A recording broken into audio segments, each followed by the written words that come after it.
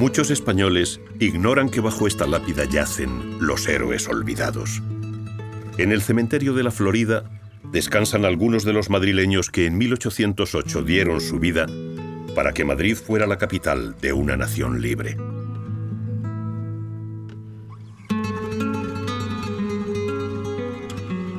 «200 años después, buscamos respuestas a una pregunta. ¿Qué desató la furia de toda una ciudad?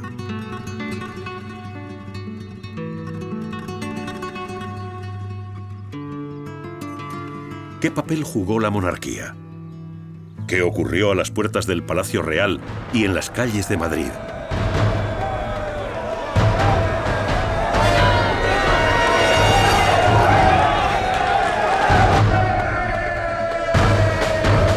¿Qué movió a aquellos hombres y mujeres a sublevarse contra los invasores franceses?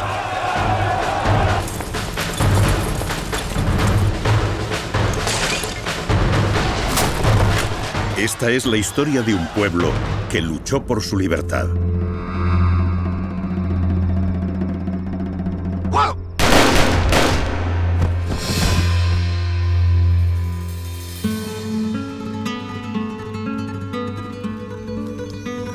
La mañana del 2 de mayo de 1808, la ciudad despierta tras la fiesta de San Isidro el Verde, la popular romería del patrón de Madrid.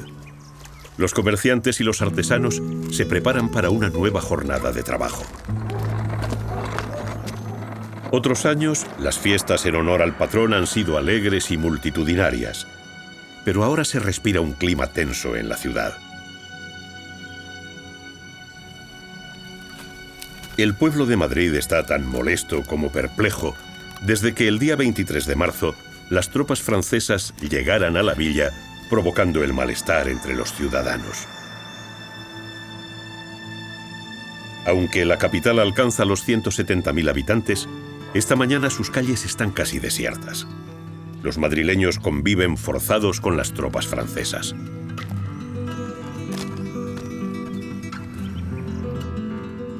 La monarquía es una institución en crisis. Carlos IV y Fernando VII se encuentran en Francia, en el Palacio de Bayona, prisioneros de Napoleón. En palacio solo permanecen 3 miembros de la familia real: la infanta María Luisa, reina de Etruria, y los infantes don Antonio y don Francisco de Paula. Pero los rumores apuntan a que hoy serán trasladados a Francia.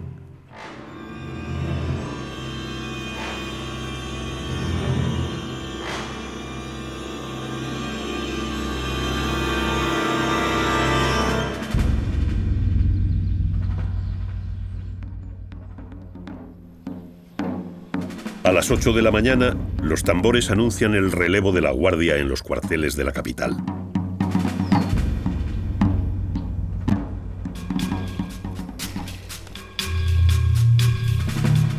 Mientras, en la ciudad comienzan a formarse los primeros corrillos de gente. Entre los habituales vagos y haraganes, se han filtrado algunos agitadores que desde hace días predisponen a la población contra los franceses. Aunque no parecen estar organizados, les va a resultar fácil convencer a la gente para que se una a su causa. Las noticias llegaban al pueblo a través de la prensa. En Madrid en ese momento solo existían 2 periódicos, el Diario de Madrid y la Gaceta de Madrid. Pero la mayor parte de la población se enteraba pues de boca a oreja, porque realmente la tasa de analfabetismo era altísima y gran parte de la población del pueblo llano no sabía leer.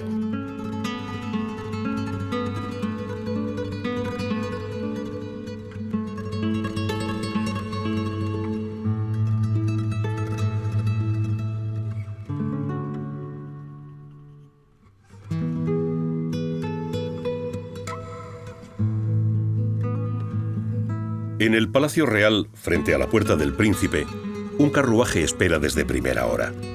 Al alba, otro coche había partido camino de Francia con la reina de Etruria en su interior. Protegidos por la Guardia Real, los lacayos de palacio ultiman los preparativos para el viaje del infante Francisco de Paula, el último miembro de la familia real que queda en Madrid. Absortos en su trabajo, no ven llegar al grupo de agitadores que, armados con picos, palas y rastrillos, irrumpe en la explanada. La guardia no puede impedir que la turba rodee el carruaje. Los gritos y las amenazas se vuelven más violentos y es entonces cuando, al amparo del caos, otro grupo de alborotadores logra entrar en palacio y llegar hasta la estancia donde se encuentra el infante. Francisco de Paula, con una serenidad impropia de su edad, tranquiliza a los alborotadores.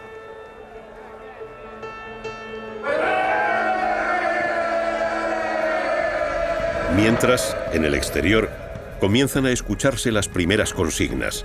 La gente grita: «¡Traición! ¡Se nos han llevado al rey! ¡Muerte a los franceses!».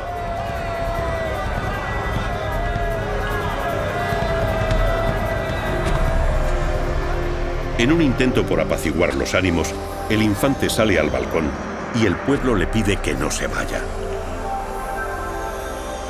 Por un instante parece que la situación se va a calmar. Nada más lejos de la realidad. La sublevación está en marcha. La situación en España y especialmente en Madrid, donde está la corte, era francamente caótica, porque quien gobernaba, se habían marchado tanto Carlos IV como Fernando VII, había una inquietud general, los franceses estaban acampados rodeando Madrid, los generales y mariscales franceses hacían lo que querían, había un malestar generalizado, había habido muchos pequeños encontronazos entre madrileños y franceses. Y la gota que colma el vaso es cuando corre el rumor de que se llevan a los infantes, que son los últimos de la casa real que quedan.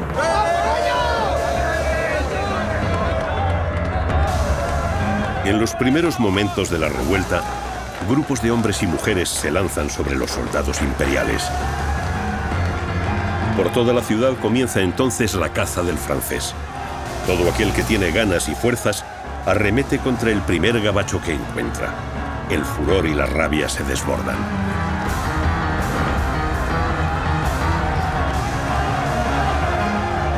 Sorprendidos por la agresividad de los madrileños, los franceses corren a refugiarse en sus cuarteles.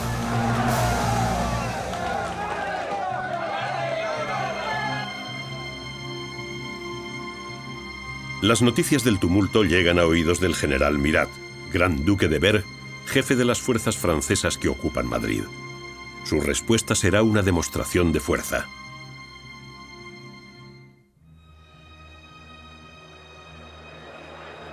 En un primer momento, los soldados del coronel Lagrange, hombre de confianza de Murat, intentan sofocar el tumulto, pero el pueblo se echa sobre ellos. La reacción del ejército más poderoso del mundo será fulminante. El batallón de granaderos de la Guardia Imperial y un escuadrón de cazadores polacos asaltan la explanada de Palacio y, sin previo aviso, disparan sobre la población.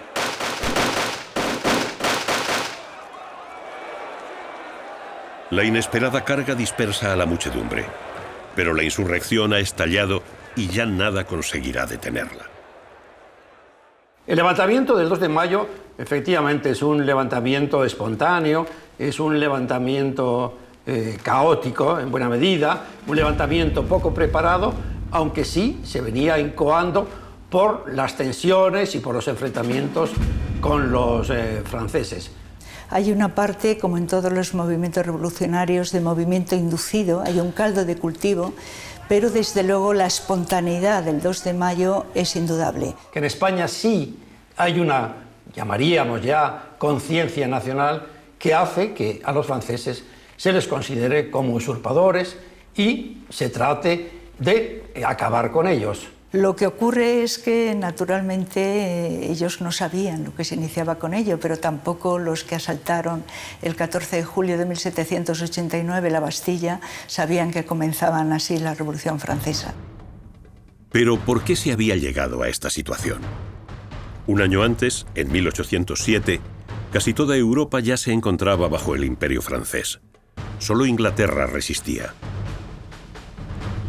Después de la derrota franco-española en Trafalgar, la marina inglesa se hizo con el dominio de los mares. En España, el reinado de Carlos IV vive entonces sus horas más bajas. Con la destrucción de su armada, el comercio con América bloqueado y las continuas contribuciones para sostener la alianza con Francia, el panorama político español está herido de muerte. Para derrotar a Inglaterra, Napoleón ordena que todos los puertos europeos queden cerrados a la flota británica, pero Portugal se niega a obedecer. En el Palacio de Fontainebleau, Bonaparte va a forzar a España a firmar un tratado que permitirá a las tropas imperiales cruzar el territorio español para invadir Portugal.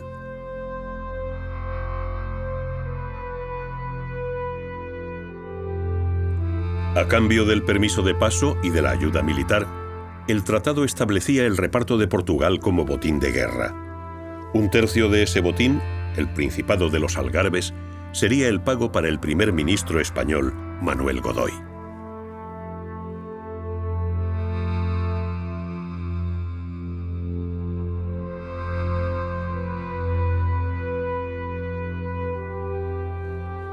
Con la firma del tratado, Godoy va a sellar su destino. Pero sobre todo va a colocar al rey, Carlos IV, su protector, en el ojo de un huracán político que acabaría con su reinado.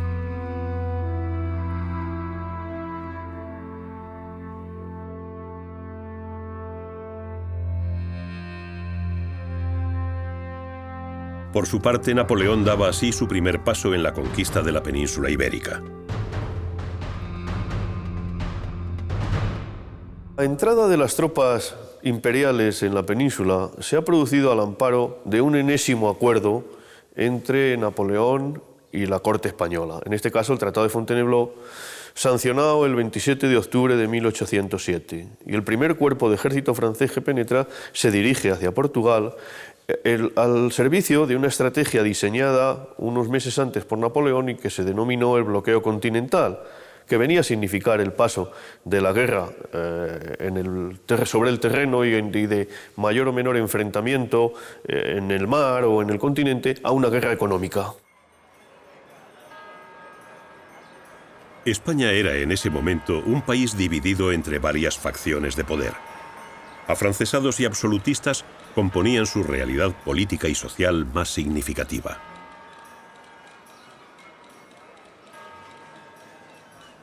En el interior de Botín, el restaurante más antiguo del mundo, aún quedan rincones que recuerdan aquellas tertulias en las que participaban los herederos de la Ilustración que deseaban una España moderna, próxima a sus ideas. La mayoría de la clase intelectual, entre la que se encuentran figuras de la talla de Goya, Jovellanos o Moratín, anhelaban un cambio similar al ocurrido en Francia tras la Revolución de 1789.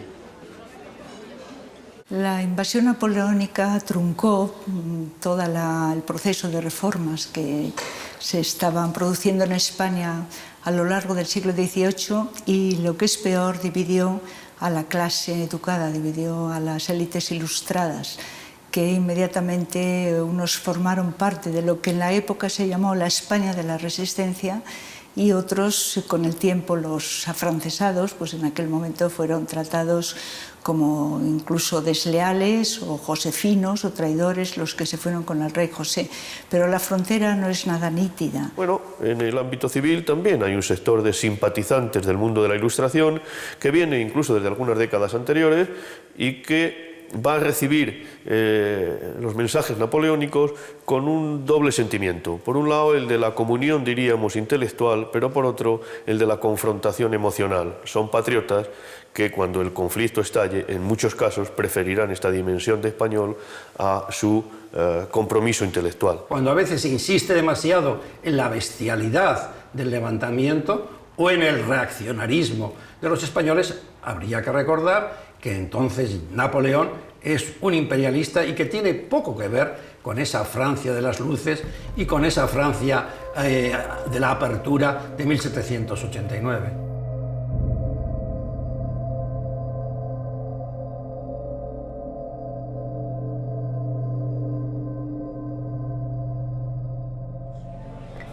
Frente a los afrancesados se encuentran los absolutistas, partidarios de la soberanía tradicional y adeptos al príncipe de Asturias, futuro Fernando VII. Este grupo cuenta con el apoyo de un gran sector de la aristocracia, de la Iglesia y de una parte del pueblo llano, gentes de escasa formación y sometidas a la influencia de los sectores más poderosos.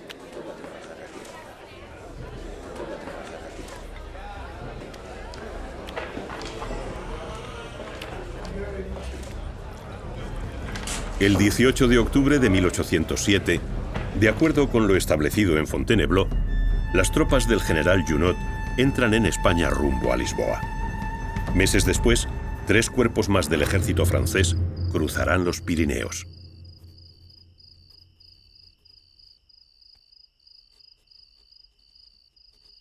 La correspondencia mantenida entre Napoleón, su alto mando y la familia real española nos permite saber que el emperador albergaba otros planes, además de la anexión de Portugal, puesto que no tenía intención de abandonar España.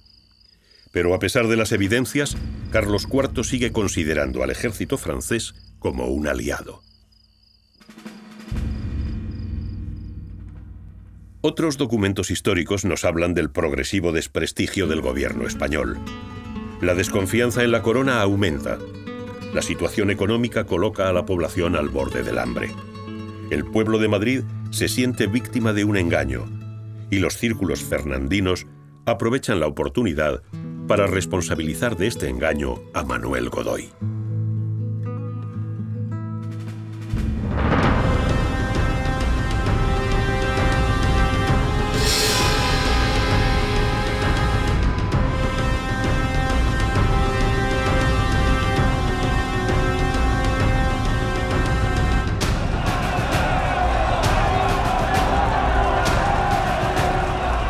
La conjura fernandina culminará entre los días 17 y 19 de marzo con el derrocamiento de Godoy en el motín de Aranjuez. Al amparo de la noche, una turba enfurecida avanza por las calles del Real Sitio. Los adeptos al príncipe de Asturias han reclutado en todos los rincones de la comarca un grupo de hombres armados que asalta el palacio de Godoy al grito de «Muerte al traidor».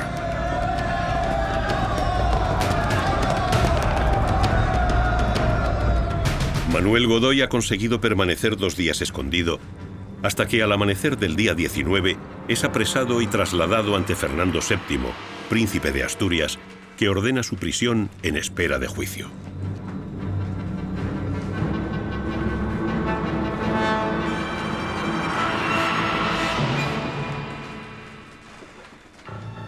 A partir de ese momento y hasta el 21 de abril, Manuel Godoy, el todopoderoso ministro de Carlos IV, permanecerá recluido en el castillo de Villaviciosa, de donde solo saldrá para abandonar España y no regresar jamás. La impopularidad de don Manuel Godoy había llegado a límites extraordinarios, de forma que después de producirse la noticia de su detención en Aranjuez y de que el nuevo rey es Fernando VII, se desata una ola de entusiasmo. El mismo día 19, ante las intrigas de los conspiradores y el clamor popular, Carlos IV firma su renuncia al trono y abdica en favor de su heredero.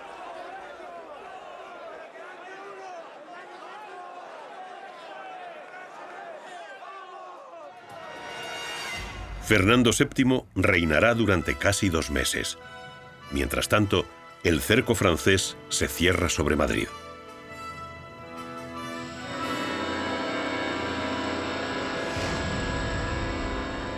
Cuatro días después del motín de Aranjuez, el 23 de marzo, las tropas francesas al mando de Murat entran en Madrid.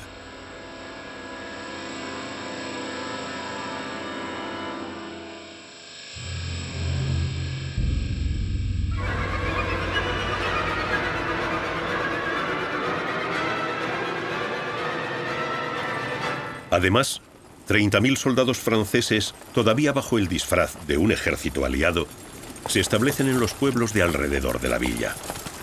Para los madrileños no es otra cosa que un ejército extranjero que se mueve libremente por nuestro país. En la periferia de Madrid se hallaba distribuido el cuerpo de observación de la Gironda al mando del general Dupont, que tenía varias divisiones. Una división estaba entre Toledo y Aranjuez aproximadamente, otra se hallaba acampada entre Aranjuez y Pinto y otra entre Pinto y Fuencarral. Había unidades de caballería ocupando algunos de los pueblos también de los alrededores, Carabanchel, Leganés, y el otro cuerpo de observación de las costas del océano, que estaba más cerca de Madrid, el del mariscal Moncey, tenía tropas en el pueblo de Chamartín y también en la carretera entre El Pardo y Fuencarral. El resto estaban ya en Madrid o muy próximos a la ciudad. Desde el primer momento, tras la lógica expectación que acompaña a la entrada de las unidades francesas en Madrid, la relación entre las tropas y la población va a ser difícil. Algo que sucede en cualquier circunstancia semejante en todos los países del mundo. Se teme una subida de los precios por el incremento de la demanda. Se temen algunos problemas de abastecimiento. Y desde luego se concretan unas rivalidades en determinados espacios de convivencia, tabernas y otros lugares públicos, entre unos soldados que no dejan de ser extranjeros y a los que se ve cada vez más como menos aliados, más fuerza de ocupación, y la población civil. Y eso desemboca en una crispación que solo en la última semana de marzo se salda con la muerte de 6 soldados franceses en diversas reyertas. Previendo posibles altercados entre los madrileños y la tropa francesa, las autoridades promulgan un primer bando en Madrid, solicitando a la ciudadanía que acoja a los invasores como amigos. Nada pudo impedir que los altercados se produjesen.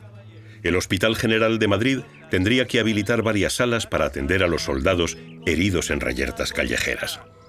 Que dichas tropas en el tiempo que permanezcan en Madrid y sus contornos sean tratadas como lo son del íntimo aliado de su majestad, con toda la franqueza y amistad.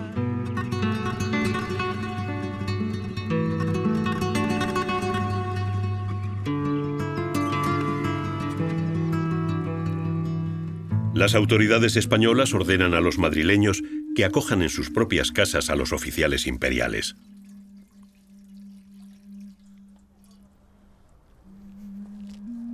A pesar de la hostilidad, cuando se produzca el levantamiento, serán muchos los franceses que salven su vida gracias a sus anfitriones.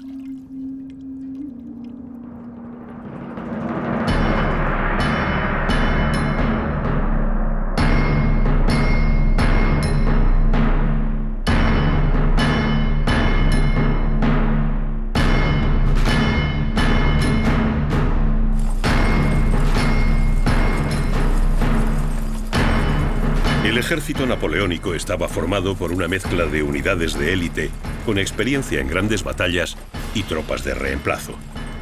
Coraceros, granaderos, mamelucos y dragones, escrupulosamente uniformados con morriones de pelo de oso, corazas brillantes y turbantes de piel de pantera, y armados con pistolas, carabinas, trabucos, sables y bayonetas, desfilaron ante una multitud que los contempló con una mezcla de estupor y asombro.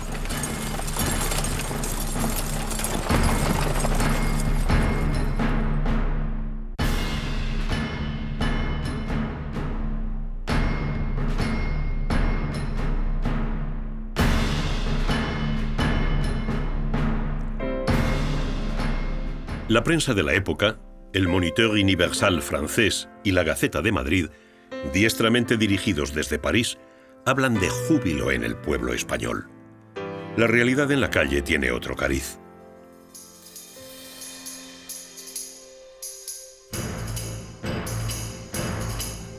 Serán las caricaturas las que muestren el verdadero sentir de los españoles. Aparecen como un audaz instrumento de lucha en tiempos de censura y reflejan a través de la sátira el temor, la indignación y el coraje del pueblo español. Un pueblo que necesita más que nunca la figura de un rey que represente los intereses de la nación.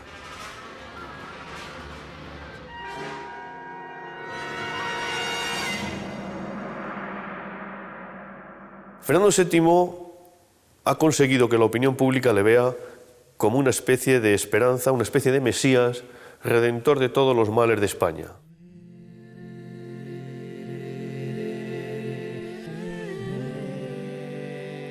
El día 24 de marzo, Fernando VII regresa a Madrid como rey de España. El entusiasmo popular estalla. Las campanas de la ciudad tocan a rebato.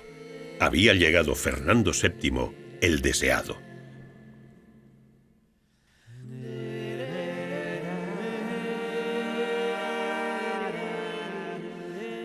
Hablar de Fernando VII siempre es un suplicio para la mayoría de los historiadores. Ese personaje que fue Fernando VII, lleno de contradicciones y más bien con una cobardía, con una indecisión, pero con muchas ganas de poder. No hay que olvidar que es el primer golpe de Estado que da contra sus propios padres. El 10 de abril, el rey Fernando sale de Madrid para reunirse con Napoleón. El lugar de la cita se establece en Burgos, más tarde en Vitoria y finalmente en Bayona. La población madrileña asiste a la salida del nuevo monarca, que busca el apoyo y el reconocimiento de Napoleón. Unos días más tarde, el 21 de abril, Carlos IV, su esposa María Luisa y Manuel Godoy, que ha sido liberado por orden del general Mirat, viajan también hacia Bayona. Tanto Carlos IV como Fernando VII piensan que Napoleón les apoya, pero el emperador ya ha decidido que el próximo rey va a ser su propio hermano, José Bonaparte. La visita de Fernando VII a Bayona será un fracaso absoluto. Sin embargo, no parece probable que el joven monarca tuviera más alternativa que cumplir los planes de Napoleón.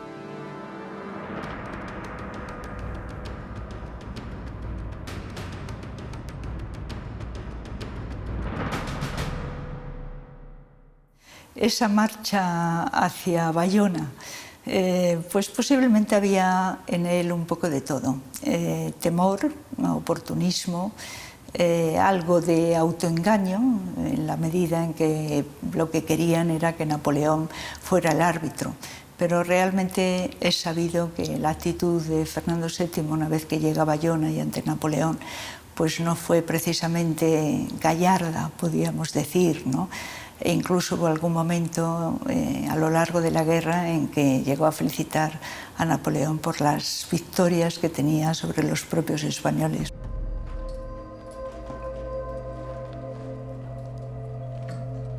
La estancia de la familia real en Bayona va a convertirse en un prolongado exilio que durará 6 años. La situación de España es desesperada. El ejército francés se ha establecido en Madrid y la junta regente nombrada por Fernando VII para gobernar en su ausencia es un juguete en manos del general Mirat. Las viejas rencillas entre Godoy, Carlos IV y Fernando VII conducen a una situación sin más salida que la claudicación. Finalmente, el efímero rey Fernando devuelve la corona a su padre y este a su vez entrega el reino al emperador. Los planes de Napoleón se han ejecutado. Solo queda que el general Mirat reciba la orden de culminar la invasión de España tomando Madrid. Yo creo que Fernando VII no estaba muy engañado. No sé si tenía otra posibilidad ante el emperador Napoleón, dueño de Europa y dueño, como digo, de este gran ejército de que disponía el ejército más importante del mundo. Y yo creo que va a ser un prisionero y en su condición de prisionero pues va a estar durante esos años. Yo creo que no va engañado, sino que sabe que no puede hacer otra cosa con el emperador.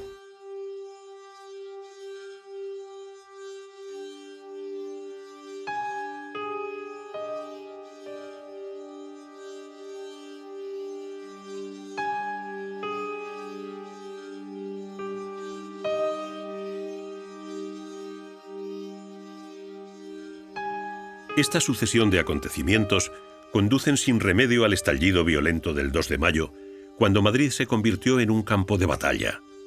En cada plaza y en cada esquina se produjeron enfrentamientos a muerte entre franceses y españoles. Las tropas imperiales, eficaces y bien equipadas, se vieron sorprendidas no obstante por una multitud de hombres y mujeres exasperados que descargaron sobre ellos el odio acumulado durante semanas.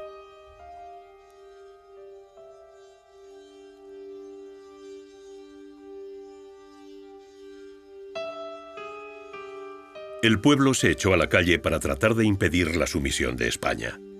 Cada descarga de fusilería era contestada con navajazos y pedradas.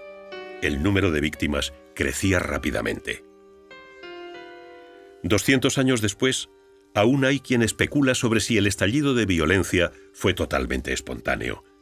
Sea como fuere, la muerte de cientos de personas en las calles de Madrid ha sido interpretada desde tantos ángulos como facciones, partidos o intereses jugaron con el destino de España en aquella mañana de mayo.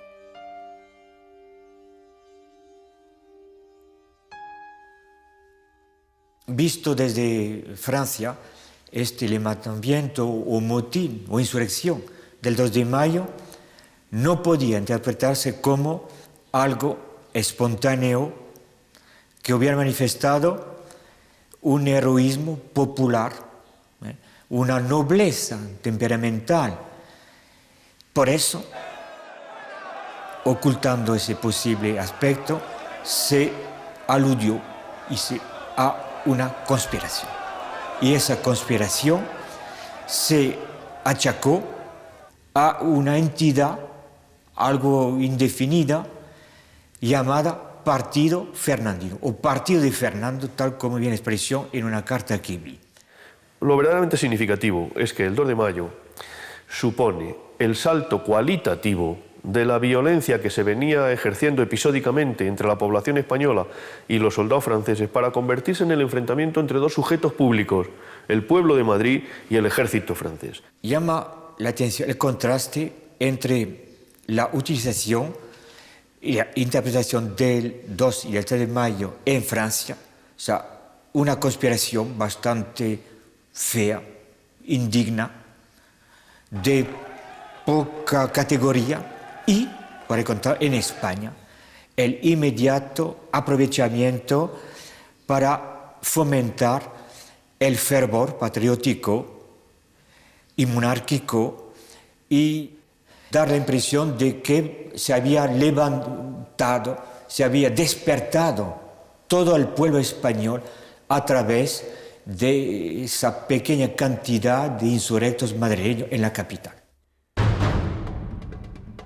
El ejército español tenía órdenes de no intervenir, pero en la sede de la Junta de Artillería, el capitán Pedro Velarde decide actuar.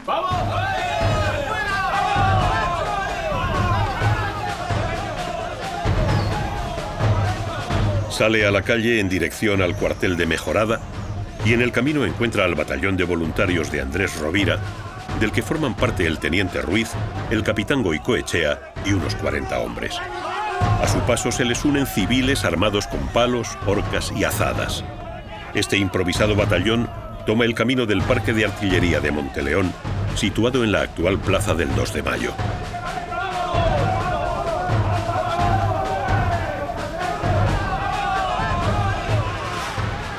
También las mujeres fueron protagonistas de la insurrección. En estos levantamientos espontáneos, nada preparados, siempre tiene un gran protagonismo la mujer. Lo mismo ocurre en otros levantamientos de Europa. En el caso del levantamiento madrileño del 2 de mayo, las mujeres madrileñas, podría haber 30.000 mujeres jóvenes, habían sufrido quizás, algunas de ellas, atropellos de los 30.000 soldados franceses. Las mujeres por primera vez aparecen con nombres y apellidos. Eso no es solamente que sean muy bravas, que yo creo que siempre las ha habido, sino que por primera vez tenemos un plantel de mujeres con nombres y apellidos que se destacan de una manera verdaderamente singular e importante. Nombres como el de Manuela Malasaña o Clara del Rey han llegado hasta nosotros. Pero fueron muchas las que a pie de calle o desde las azoteas hicieron frente a los soldados franceses. El enfrentamiento entre el ejército imperial y el pueblo de Madrid era el de los cañones contra las macetas. Los franceses marcan las puertas de las casas desde las que han sido atacados.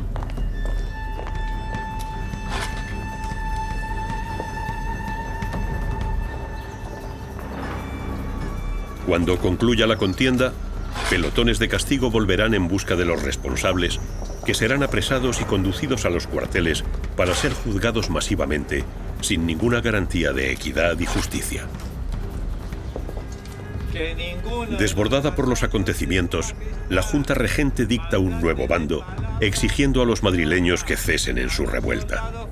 Pero ya es demasiado tarde. Que antes bien se les dispense todo favor y ayuda.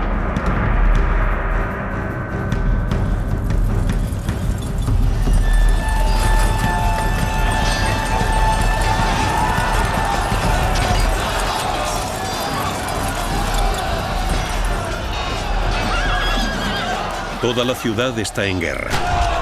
En la Puerta del Sol tiene lugar un enfrentamiento que quedará plasmado en el cuadro de Francisco de Goya, La carga de los mamelucos.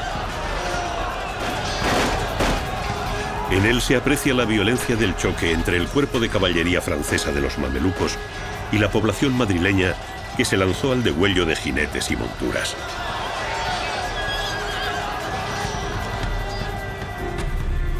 En la cárcel real tiene lugar un hecho insólito. Los presos solicitan permiso para salir a matar franceses bajo promesa de regresar. Lo más sorprendente es que cumplieron su palabra. 51 de los 56 presos regresaron a sus celdas al día siguiente. De los 5 que faltaron, 3 fueron dados por muertos. Otro resultó gravemente herido y del quinto no se volvió a saber.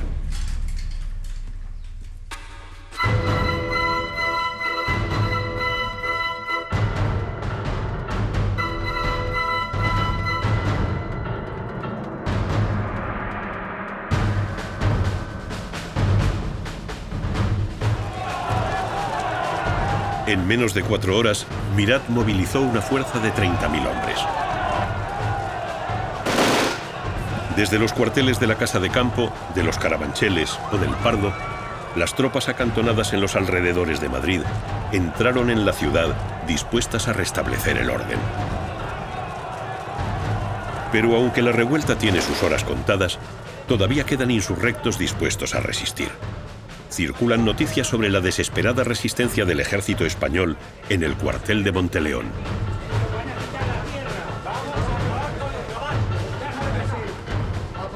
Los madrileños que aún conservan fuerzas y armas se unen a los hombres del capitán Pedro Velarde para afrontar el último combate.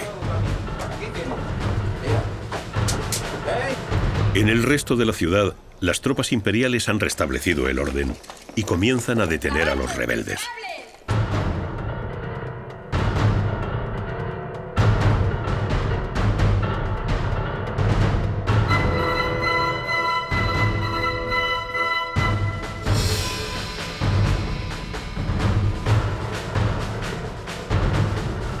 El castigo al cuartel de Monteleón es el final de la batalla. El grupo de soldados y civiles ha rechazado varios ataques, pero la munición se va agotando y el cañón, enclavado bajo el arco de entrada, ya solo puede disparar metralla. Daoíz y Velarde desechan la idea de la rendición, aunque son conscientes de que no hay escapatoria.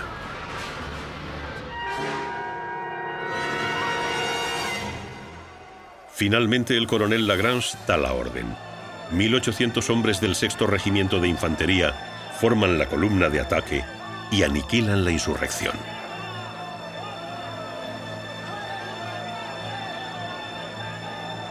En 1869 se derribó el viejo parque de artillería de Monteleón.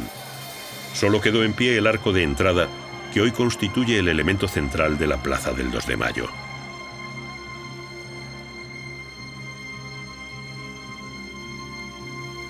Bajo el arco, este monumento rinde honor a Luis Daoíz, a Pedro Velarde y a todos los ciudadanos madrileños que asistieron en este lugar a la cita que el destino les había reservado la mañana del 2 de mayo de 1808.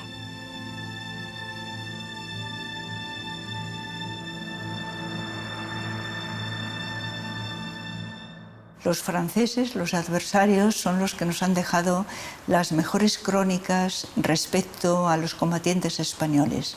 No solo los guerrilleros, sino muy especialmente también los soldados españoles, que siguen esa tradición desde los tercios de que no se rendían.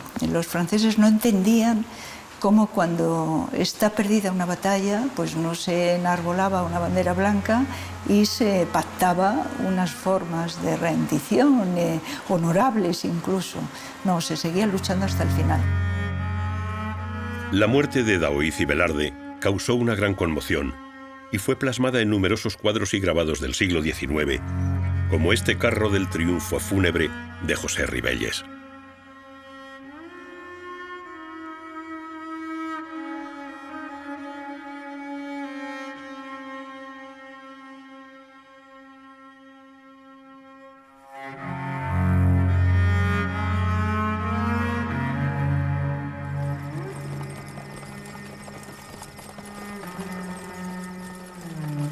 Al caer la tarde del 2 de mayo, comienza la detención de todos los madrileños sospechosos de haber participado en los hechos.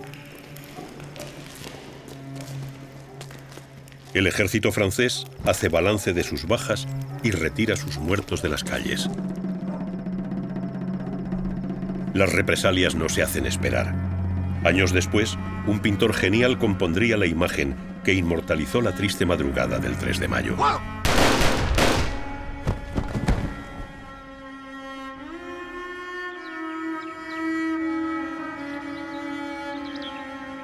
Este monumento erigido en el Paseo del Prado de Madrid recuerda a todos los muertos por España aquel día de primavera de hace 200 años. El balance de víctimas varía en función de las fuentes. Se calcula que murieron más de 400 españoles, de los que el 90% eran civiles.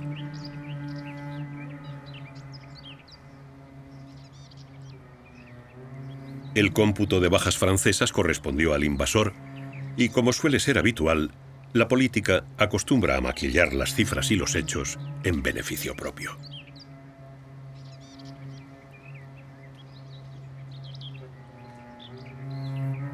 A la hora de calibrar la importancia cuantitativa de las bajas españolas, se nota pues una gran disparidad. Oscilan las cifras entre unos 2.000 muertos y unos 10.000. Y, por el contrario, en cuanto a las bajas francesas, se infravalora, ya que en el primer dato que proporciona una carta mandada a París, solo se habla de unos 25 muertos franceses. En la Plaza del Rey, en Madrid, se encuentra este monumento en honor al teniente Ruiz, uno de los encargados de repartir armas a los civiles en el cuartel de Monteleón.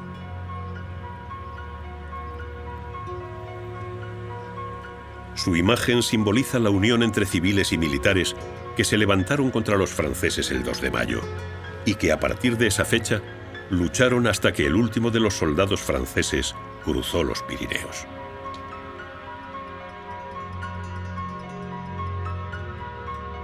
El 2 de mayo supuso el principio de la Guerra de la Independencia. En su serie de grabados llamada Los desastres de la guerra, Goya fue capaz de plasmar la violencia y el odio que se extendieron por toda España.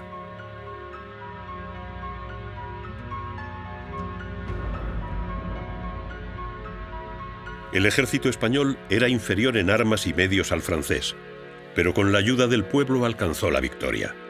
Ricos y pobres, clérigos y laicos, nobles y plebeyos, actuaron como un solo hombre en pos de expulsar al invasor. De entre sus filas surgió un grupo de célebres luchadores, los guerrilleros, que acosaron sin descanso a los militares franceses. Ellos crearían la forma moderna de lucha de guerrillas. Aquel ejército irregular, capitaneado por hombres como Espocimina, el Empecinado o el cura Merino, causó miles de bajas al enemigo y, sobre todo, acabó con su moral.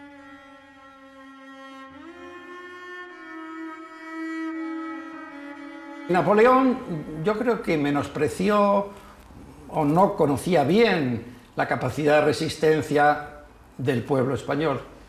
Creía que su paso por España iba a ser también un paseo triunfal, como había sido en otros lugares de Europa. Pero, sin embargo, los españoles, que ya tenían una idea de comunidad nacional, de que formaban parte de lo que después sería una nación, se van a levantar como no se levantaron en otros sitios de Europa.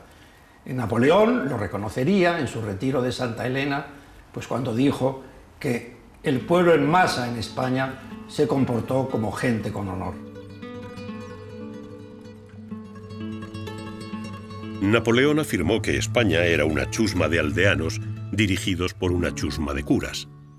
Su propio hermano José I le advirtió en una carta que estaba en un error y que su gloria se hundiría en España.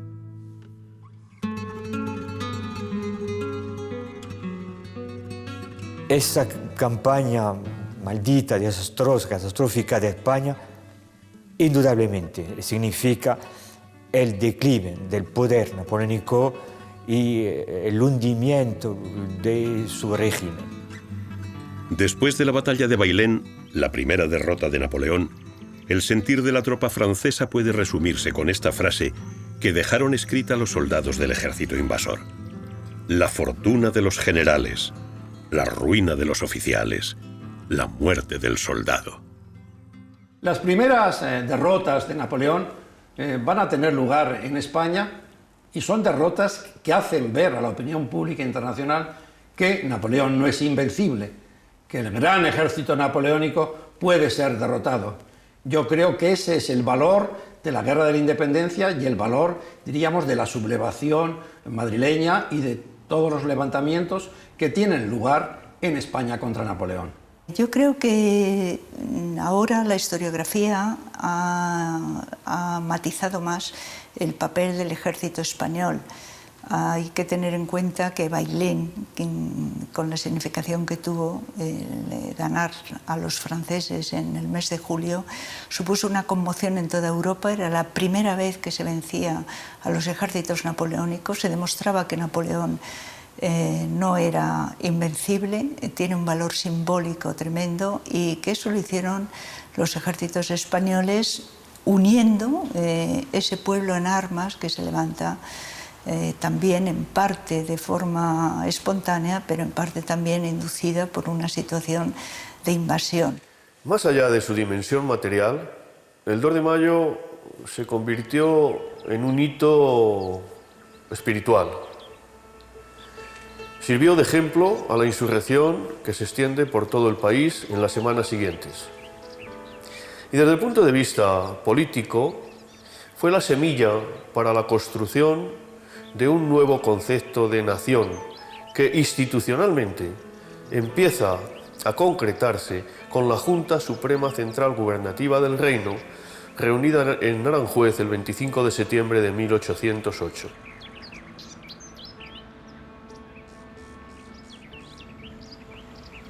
Los hechos y las cifras explican lo que ocurrió, pero no aciertan a la hora de definir cuál fue el sentimiento que anidaba en el espíritu de los madrileños que se alzaron contra los franceses. El pueblo español, empezando en Madrid, en Móstoles, se levantó contra el ejército invasor, porque tenía el sentimiento de nación.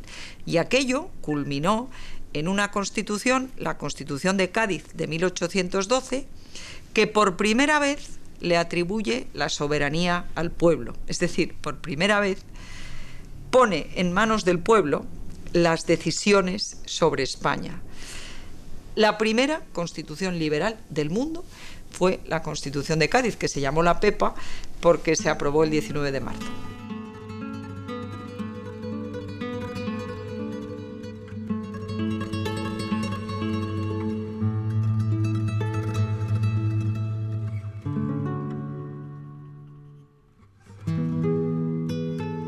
Sucedió hace 200 años. Hoy, España es el resultado del esfuerzo y el sacrificio de aquellos y de otros héroes, muchas veces olvidados.